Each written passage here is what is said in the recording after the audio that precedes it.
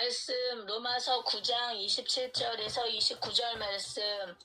또 이사야가 이스라엘에 관하여 외치되 이스라엘 자손들의 수가 비록 바다의 모래 같을지라도 남은 자만 구원을 받으리니 주께서 땅 위에서 그 말씀을 이루고 속히 시행하시리라 하셨느니라.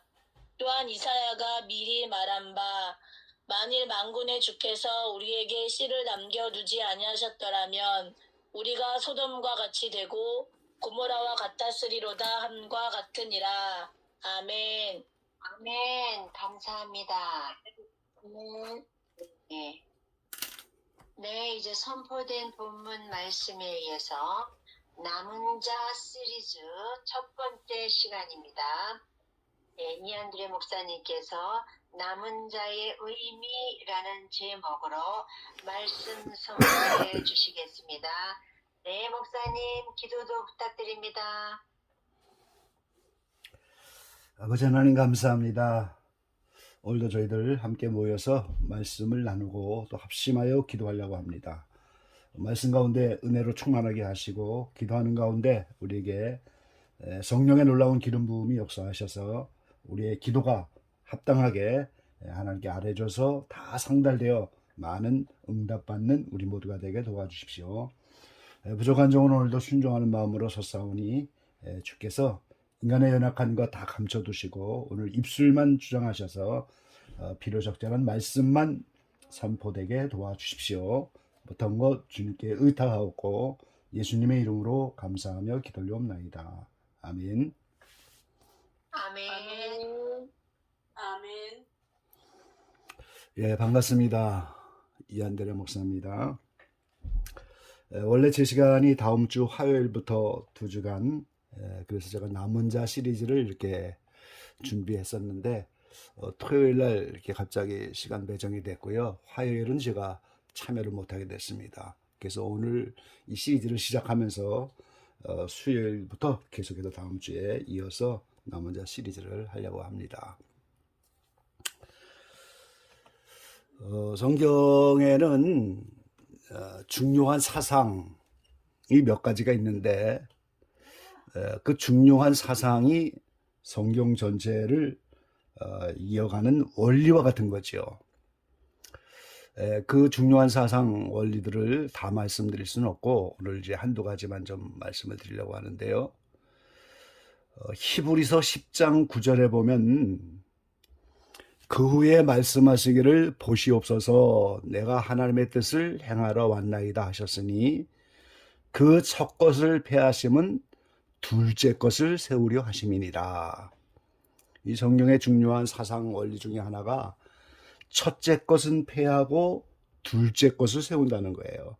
그래서 예수님이 하나님의 뜻을 행하러 왔는데 첫째 것은 폐하고 둘째 것은 세우려 하심이니라. 이렇게 말씀하셨다는 거죠. 그래서 히브리서에 나오는 그 첫째 것은 바로 율법입니다. 그런데 둘째 것은 이제 예수님을 통하여 나타난 말씀, 복음이죠. 첫째 것을 폐하고 둘째 것을 세우시는데 율법을 폐하시고 복음 안에서 세우시겠다. 이 결국 예수님이 오신 것은 우리 죄 문제를 해결하셔서 우리를 의롭게 하시려고 하시는 건데 첫째 것인 율법은 죄를 깨닫게만 하는 거예요. 로마서 3장 20절에 말씀하셨죠. 그래서 율법은 죄의 기준을 정해서 살인하지 마라. 이런 죄의 기준 때문에 살인하는 게 죄지요. 그래서 죄를 깨닫게 하는 것이고 그 율법으로 난 의, 이거를 이제 성경에는 자기의라고 하죠. 그래서 율법으로 난 의는 하나님의 의에 이르지 못하고 그 말은 구원받을 수 없다는 거죠. 예수님이 둘째 것을 세우신 그 복음, 그 복음이 로마서 1장 17절에 보면 복음으로 나타난 하나님의 의입니다. 이게 바로 믿음을 통해서 이루어지는 의죠. 그래서 우리가 믿음을 통해서 의로워지는 이 둘째 것을 세우시고 율법으로 난 의, 이 첫째 것은 폐하는 게 성경의 원리입니다. 또 근데 반면에 예수님이 마태복음 5장 17절과 18절에 이렇게 말씀하셨어요. 내가 율법이나 선지자나 폐하러 온 줄로 생각지 마라. 폐하려 온 것이 아니요 완전케 하려 함이로라. 진실로 너희에게 이르노니 천지가 없어지기 전에는 율법의 1.1핵이라도 반드시 없어지지 아니하고 다 이루리라 그랬어요.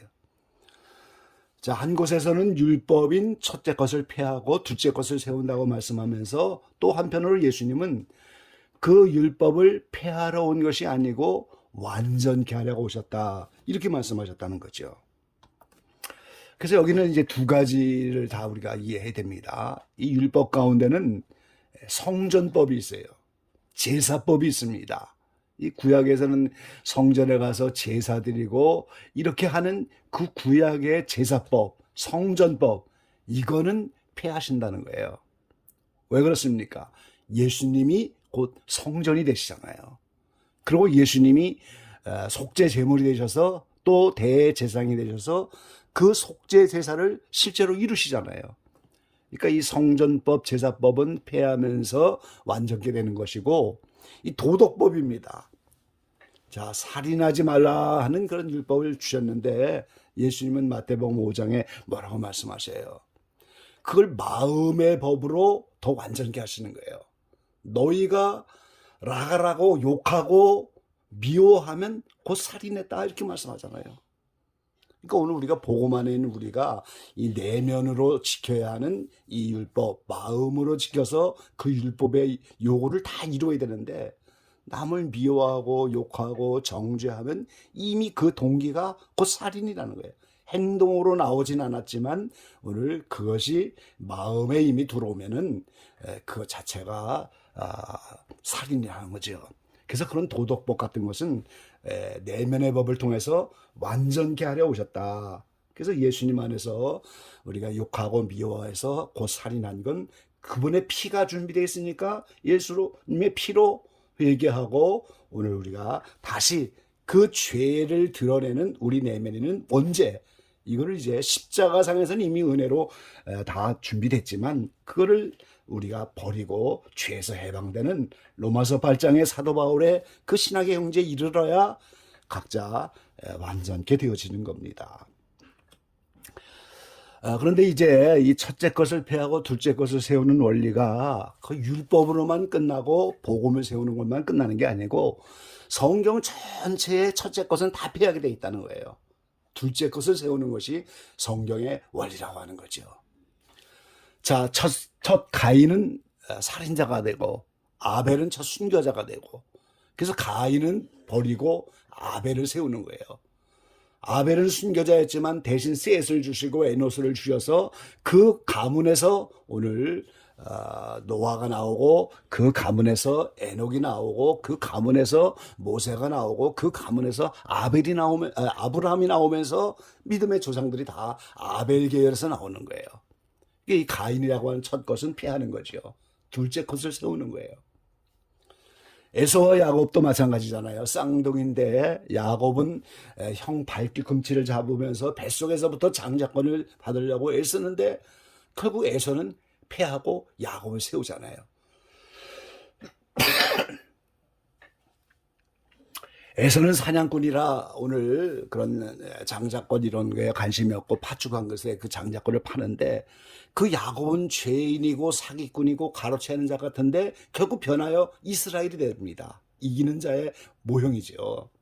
그래서 야곱의 12아들 그것이 이스라엘이라는 나라의 12지파가 되잖아요. 그래서 에서와 야곱이 무슨 태어나서 무슨 선한 일을 하고 악한 일을 하고 이래서 하나님이 에서를 버리고 야곱을 사랑하는 것이 아니고 처음부터 그렇게 미리 정했다고 로마서 분명히 말씀하고 있죠. 그러니까 에서는 처음부터 패하는 거예요. 첫째입니다. 야곱 둘째는 세우는 거죠. 이스마엘과 이삭도 마찬가지잖아요. 아브라함이 이제 육신의 생각을 따라 하갈을 통하여 이스마엘을 낳지만 그 이스마엘은 같이 기업을 받을 수 없으니까 내어 쫓고 패하는 거예요. 그리고 이제 이삭은 성령을 따라 난 자고 약속을 따라 난 자니까 이삭을 세우는 거지요. 그러니까 첫째 이스마엘은 패하고 이삭을 세우는 원리. 이것도 성경의 원리. 사울이라고 하는 첫째 왕은 패하고 다윗을 세우는 것. 그게 이제 하나님이 내 마음에 합한 자다. 그러면서 다윗을 통하여 다 그 뜻을 이루시잖아요. 성전 건축을 하게 준비하도록 하시고 시편의 절반을 쓰게 하시면서 그 다윗을 통하여 이스라엘을 이루어가는 거예요. 그래서 첫째 것은 패하고 둘째 것을 세우는 거죠. 뭐 베레스와 세라 그것도 똑같죠. 이 세라는 붉은 줄을 쥐고 나오는데 그건 이제 뒤에 나오는데 베레스는 버리고 세라를 세우고. 그럼 이 시대도 마찬가지예요. 적그리스도가 환란 중에 먼저 나타나서 내가 메시아다 하고 성전에 앉아있지만 그건 패하는 거고 예수님이 지상 재림하여 그 예수님 그리스도 그분이 메시아죠. 이 첫 것은 다 버리는 겁니다. 하나님이 처음 지으신 처음 하늘과 처음 땅도 다 버리는 계시죠. 다 버립니다.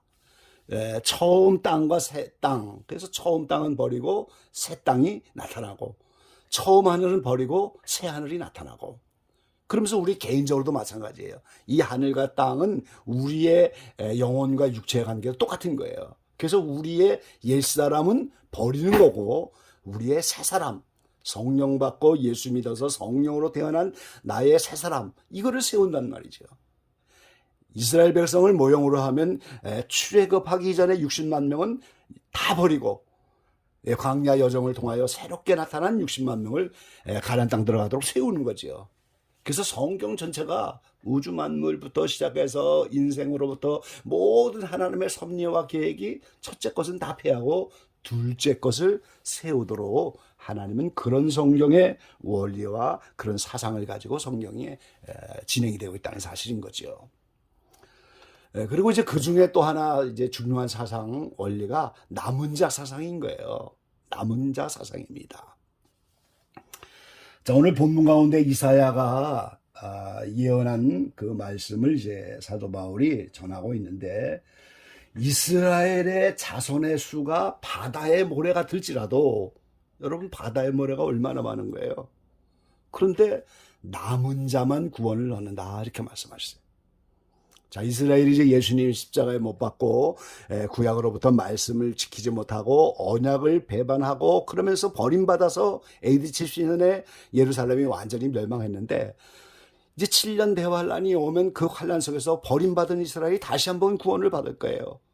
그게 다니엘의 70일에 남은 한 일에 그런 7년 대환란 기간인데 그때 이스라엘이 돌아오는데 그 온 세계에 이렇게 퍼진 열국에 퍼진 그 백성들이 바다의 모래가 들지라도 남은 자만 구원을 얻겠다. 이렇게 하나님은 분명히 성경의 원리를 정해놓으셨다는 거예요.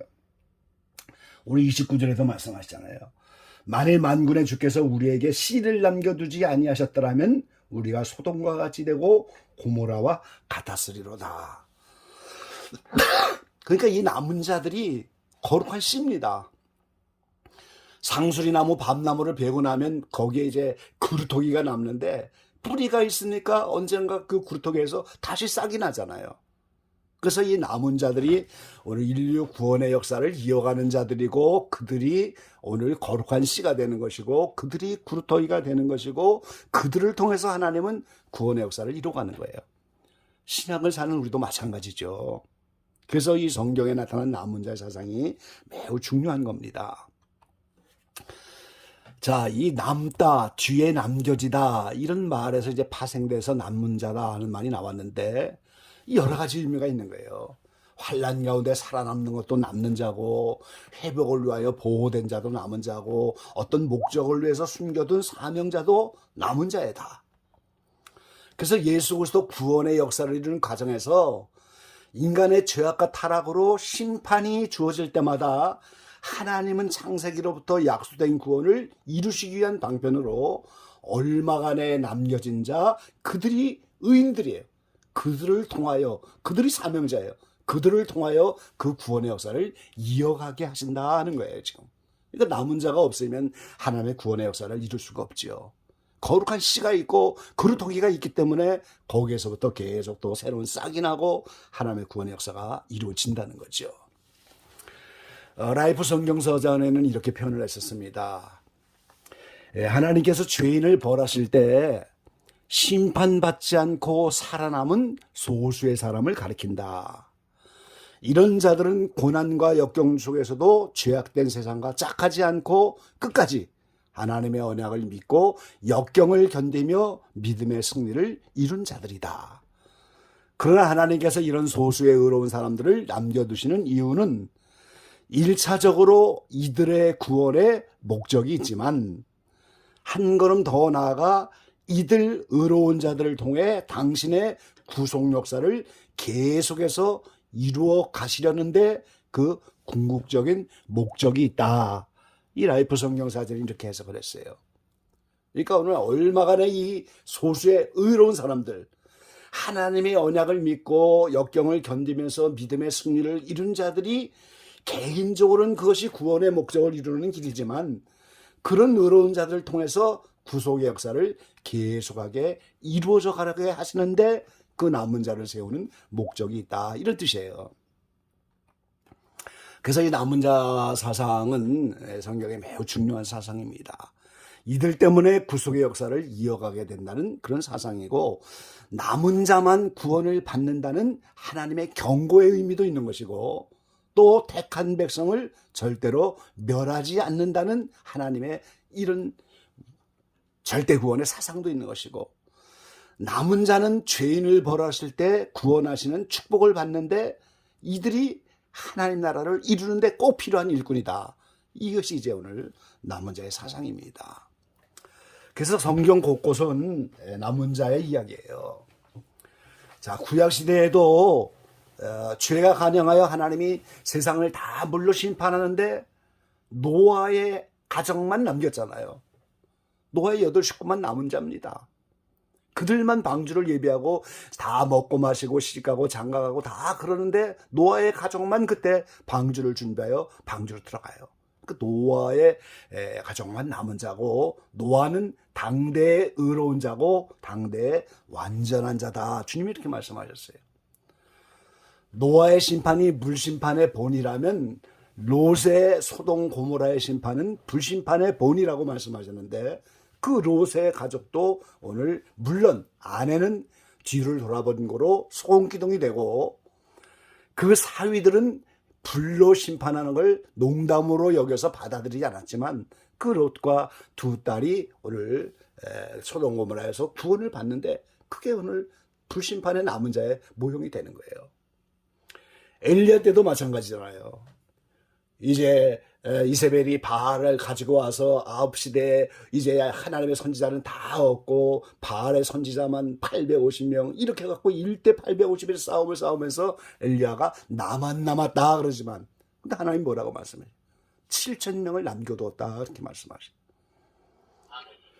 바벨론 포로 때도 마찬가지인 거예요. 다 포로로 끌려가지만 오늘 그 바벨론 포로 중에서도 다니엘과 같은 위대한 선지자들 거룩한 자들 우상하게 절하지 않고 이제 우상의 제물을 먹지 않는 그러한 몇몇 사람을 남겨서 그 가운데 오늘 이스라엘의 명맥을 이어가도록 포로 생활 중에 전쟁 중에도 이렇게 얼마간의 사람들을 남겨두시는 것이 하나님의 섭리인 겁니다. 자, 신약시대에 와서도 마찬가지죠. 오늘 이스라엘이라고 하는 그 이스라엘이 버림받았지만 오늘 대환란 때 구원을 받는데 로마서 9장 오늘 본문 말씀처럼 바다의 모두에 같을지라도 남은 자만 구원을 받는 것이고 거룩한 씨를 남겨두시지 않으면 다 멸망받을 수밖에 없다 이렇게 말해요. 그럼 이제 우리가 이 남은 자의 사상을 중요하게 생각하는 것은 이제 주님이 오실 때가 다 됐는데 환란에 들어간단 말이죠. 이제 우리가 그럼 거기서도 남은 자만 구원을 받는다는 거예요. 이 얼마나 중요한 일입니까? 남은 자는 의인들이고 역경과 고난에서 이기는 자들이고 이 남은 자들만 구원을 받는 거예요. 이게 경고인 동시에 오늘 하나님의 축복이지요. 그래서 이 성경 전체는 이 남은 자를 여러 가지 사명에 따라서 여러 가지 명칭으로 부르고 있는데 오늘 5가지만 이제 소개해 보려고 합니다. 이 남은 자를 구약에는 파수꾼이라고 했죠. 파수꾼. 의인과 악인들에게 오늘 하나님의 말씀을 전파하여 그 악에서 돌이키도록 의에서 떠난 자들을 돌이키도록 그래서 그들에게 깨우쳐 주고 그들이 돌아오는 것은 각자 목이고 그들을 돌이키도록 깨우쳐 주는 것이 파수꾼의 사명이었습니다. 오늘 이 시대도 마찬가지죠. 이 파수꾼들이 오늘 선악을 분별하게 해주고 빛과 어둠을 분별하게 해줘서 악인들이 멸망으로 가지 않고 의인들이 실수하여 죄를 졌어도 멸망으로 가지 않고 돌아오도록 이렇게 빛과 어둠을 선포하는 이런 파수꾼들이 오늘 이 시대의 남은 자입니다. 이런 말을 이제 또 다른 말로 하면 기쁜 소식을 전하는 자죠. 이 복음 전도자들, 하나님이 복음을 전파하기 위해서 산을 넘는 그 발을 얼마나 기쁘고 아름다우다 이렇게 말씀하셨는데 오늘 기쁜 소식을 전하는 자들, 복음 전도자, 이게 오늘 남은 자입니다. 그리고 기도의 용사들. 자, 구약시대에는 얼마나 많은 기도의 용사들이 있었어요. 이 기도의 용사들이 기도를 함으로 하나님이 쉬지 못하시도록 그렇게 하라고까지 말씀하시잖아요.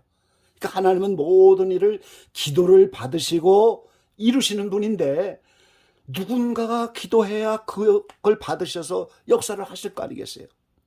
오늘 기적의 방에 오늘 중보 기도자인 여러분도 기도의 용사들이고 우리가 남은 자예요.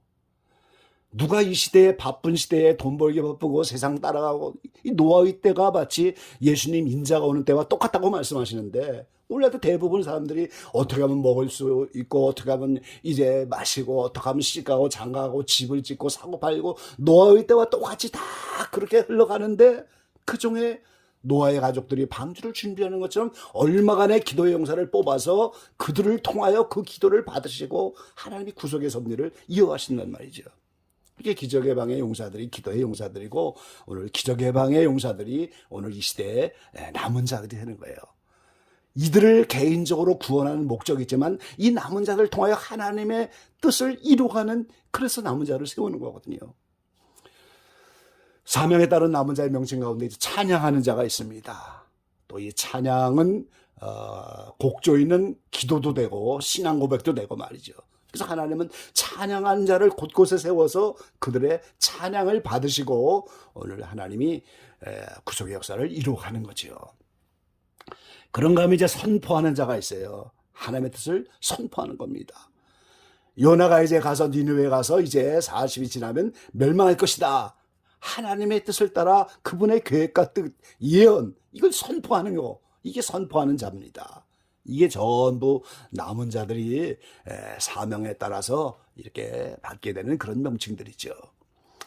오늘 기도의 용사가 모여있는 이 기적의 방에는 어떤 의미에서는 이제 기쁜 소식을 전하는 자들, 그래서 선마을까지 다니면서 하는 분들도 계시고 목회지에서 이렇게 하고 또 이제 파수꾼, 그리고 이제 또 찬양하고 또 선포하고 하나님의 뜻을 전파하고 이게 오늘 기도의 방 안에 다 들어있는 이런 직분들인데 오늘 우리들이 다 남은 자가 되어야 한다는 거예요. 환란이 임박한 이 시대에 여러분이 이런 남은 자의 사상을 잘 정리하여 개인적으로 구원을 이루는 남은 자가 되고 여러분을 사용하여 인류 역사에 얼마간 남은 자를 만들어서 또 천년왕국을 이어가도록 이렇게 하는데 준비된 귀한 사명자들 다 되는 기적의 방 모두가 되기를 주의 이름으로 간절히 축원합니다. 아멘. 아멘. 감사합니다. 감사합니다. 감사합니다.